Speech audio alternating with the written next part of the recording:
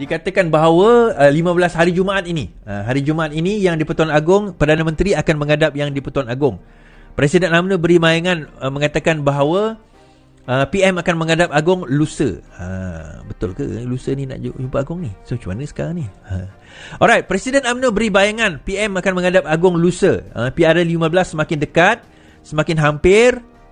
Apabila Presiden UMNO Ahmad Zahid Hamidi dikatakan memberi bayangan bahawa Perdana Menteri Ismail Sabri Yaakob akan memohon membubarkan parlimen minggu ini. Seorang ahli MKT UMNO yang enggan namanya didedahkan berkata besar kemungkinan Perdana Menteri akan menghadap Yang di-Pertuan Agong bagi memohon perkenan untuk membubarkan parlimen Jumaat ini. Bahkan dia tidak menolak kemungkinan pembentangan bajet akan ditangguhkan. So berdasarkan banyak diberikan Presiden UMNO pada pertemuan itu, Perdana Menteri mungkin akan memohon untuk pembubaran pada Jumaat ini. Dan tidak mustahil juga pembentangan bajet 2023 akan ditangguhkan sekiranya pembubaran parlimen berlaku. Apa yang difahamkan soal isu pembubaran dan tarikhnya telah disetujui oleh Top 5, katanya. Menurut sumber, bayangan tarikh menghadap itu diberikan Zahid dalam pertemuan dengan lebih 700 pemimpin akad umbi daripada seluruh negara. Pertemuan di Putra Dagangan Dunia, The World Trade Center, Kuala Lumpur, dipercayai memperincikan tentang pembubaran parlimen yang telah disetujui antara pucuk pimpinan parti dengan Perdana Menteri. Pada sidang media setelah pertemuan itu, Ahmad Zahid berkata UMNO menghormati kuasa Perdana Menteri bagi mencadangkan tarikh pembubaran parlimen supaya PRN15 diadakan secepat mungkin. Ditanya sama ada naib Presiden UMNO itu diberikan tempoh untuk menasihati Yang di-Pertuan Agong supaya berbuat demikian, Zahid secara berseluruh berkata ia sepatutnya dibuat semalam, which is hari Selasa. Sebelum itu, Ismail Sabri memberitahu menghadap Yang di-Pertuan Agong adalah rutin lazim bagi seorang menteri setiap minggu sebelum mesyuarat kabinet. Macam saya sebut itulah. Semua pemimpin memegang surat ini turut membuat spekulasi bahawa pemilihan parlimen akan dibubarkan esok atau lusa. Now, kita cerita dulu tuan-tuan. Pertama, ada tak cerita, ada kemungkinan bahawa bajet, apa akan jadi dengan bajet kalau kita bubar? Adakah pembentangan bajet itu boleh dilakukan kalau dibubar? Ada tak benda ni pernah berlaku sebelum ini? Now, kalau kita cerita mula-mula, pertama sekali kita kata, boleh ke tidak parlimen itu dibubar? Hanya atas desakan Perdana Menteri, tetapi tanpa persetujuan Yang di-Pertuan Agong. Jawapan mudahnya tidak, kan? Kalau Yang di-Pertuan Agong menolak untuk nak mengadakan pembubaran parlimen dalam masa yang terdekat ini, maka dalam keadaan itu parlimen pun tidak boleh dibubarkan. Okay, itu yang pertama. Saya dah jelaskan dengan video semalam secara detail menurut perlembagaan sebagainya mengenai perkara ini. Okay, itu yang pertama.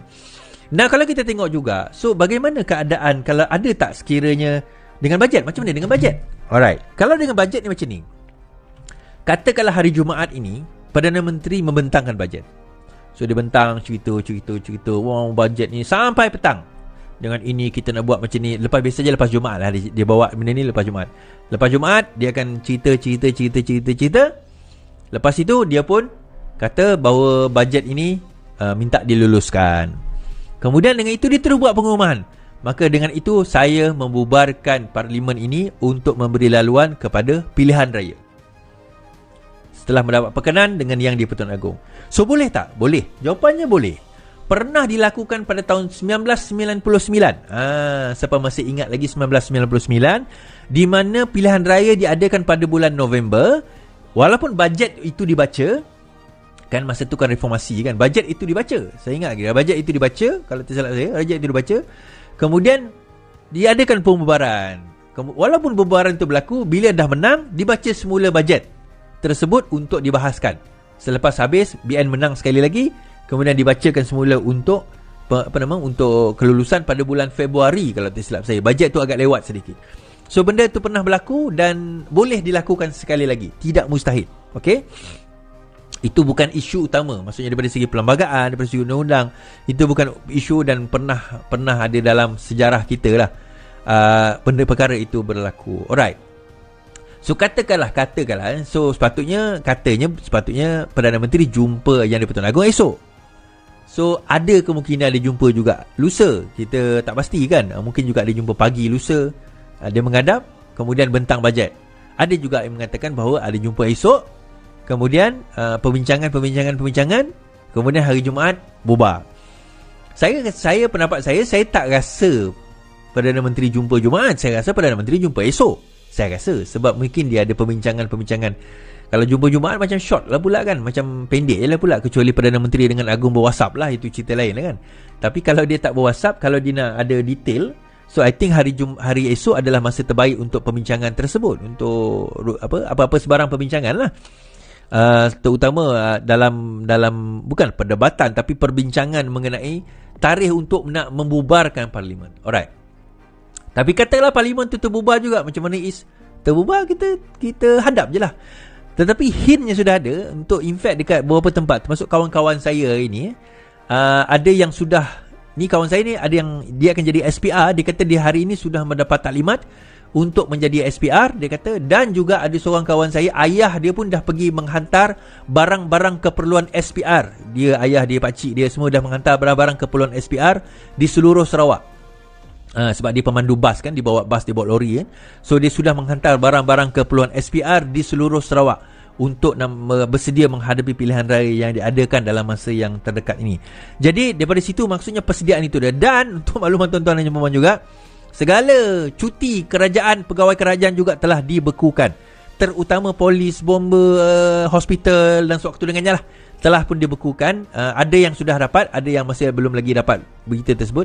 Tapi ada sudah mendapat ura-ura. Ini kawan saya cerita juga ni, bahawa dia ada surat ura-ura bahawa cuti mereka akan mula dibekukan seawal minggu depan.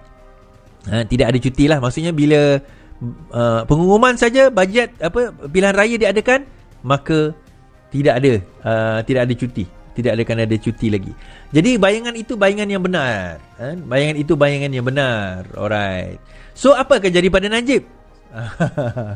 Hari ini kan Najib file, kalau tuan-tuan nak tengok, Najib file semakan kehakiman untuk membenarkan hadir di sidang parlimen. Bekas Perdana Menteri Najib yang sedang menjalani hukuman penjara 12 tahun memfailkan tindakan undang-undang untuk membenarkan menyertai persidangan Dewan Rakyat. Peguam Ahli Parlimen pekan itu Muhammad Farhan Muhammad Syafiee mengesahkan bahawa semakan kehakiman telah difailkan di Mahkamah Kuala Lumpur pada hari ini. Nah, kalau bubar esok tuan-tuan atau hari Jumaat, habislah Najib, dah habislah. Dia tak boleh semakan ke apa semua, dia tak boleh pakai dah. Maka terlucutlah jawatan beliau sebagai seorang ahli parlimen. Maka dah tak ada alasan lah nak boleh pergi konstituen lah, nak boleh di sidang parlimen kan, dah tak boleh dah. Nah, balik pada cerita tadi berkenaan dengan bajet. Bolehkah bajet itu diubah? Kan, boleh tak bajet itu diubah? Maksudnya, katakanlah ini Ismail Sabri, of course, kerajaan seawal bulan 7 hari tu dah ada bajet dah, ada sedia dah bajet. So katakanlah menang kerajaan baru, ataupun katalah na'uzubillah BN menang, tapi Perdana Menteri baru, boleh tak dia nak ubah bajet tersebut? Jawapannya boleh. Pernah berlaku. Kan? Maksudnya dia tak semestinya ikut bajet yang dibentangkan sebelum ini. Dia boleh ubah bajet tersebut, dia boleh buat kabinet baru, dia boleh buat kementerian baru. Mungkin ada kementerian-kementerian baru, mungkin dia akan ubah bajet, dia boleh. Itu kuasa dia. Kemudian dia bentangkan baru dan luluskan. Okay? Itu tak ada isu. Kita kata cuma dia jadi satu kerja lebih lah kepada pegawai kerajaan. Itu sajalah. Jadi kerja lebih lah kepada pegawai kerajaan. Kan? Jadi itu disadvantage dia lah. Tapi selain daripada itu, okey je, tak ada masalah.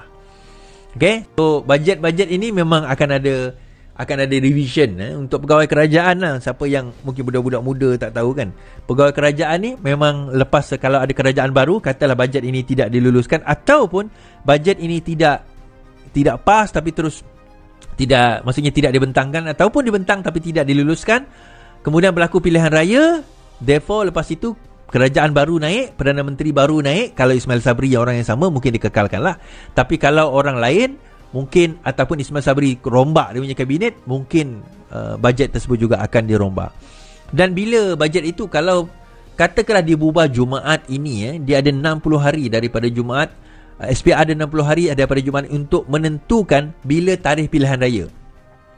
So 60 hari adalah 1, 2, 3, 4, 28, 2 bulan lah, 28, maksimum 25 hari bulan November. Itu maksimum. Maksudnya by 25th tu, dia 25 November dia kena dah tetapkan tarikh. Tak semestinya selepas itu. So katakanlah hari Jumaat ni dia kata 7 hari bulan, alright, kalau dengan itu kami mengumumkan bahawa pilihan raya akan berlaku pada 28 hari bulan Oktober, dia kata boleh. Ataupun penamaan calon akan berlaku pada 28 hari bulan Oktober. Okay, itu tak ada isu, maksudnya boleh dilakukan. Ataupun dia kata untuk November kita akan mulakan pilihan raya, maksudnya penamaan calon pada 7 hari bulan November. Contohnya, so 2 minggu berkempen, 14 minggu pertama sampai ke 14, minggu kedua, so 21 akan berlaku undian. So ada kemungkinan. Adapun boleh juga dia kata pilihan raya itu akan berlaku dalam tempoh masa-masa tersebut sebagainya. So bersiap sedia je lah, bersiap sedia. Alright. So ada tak kemungkinan tiba-tiba Agong tolak bawa ke tahun depan? Ada. Bukan kata tak ada, ada. Kan? Bukan kata tak ada, ada. Sebab itu saya nak cerita, telah diumumkan hari ini oleh Majlis Presiden Pakatan Harapan bahawa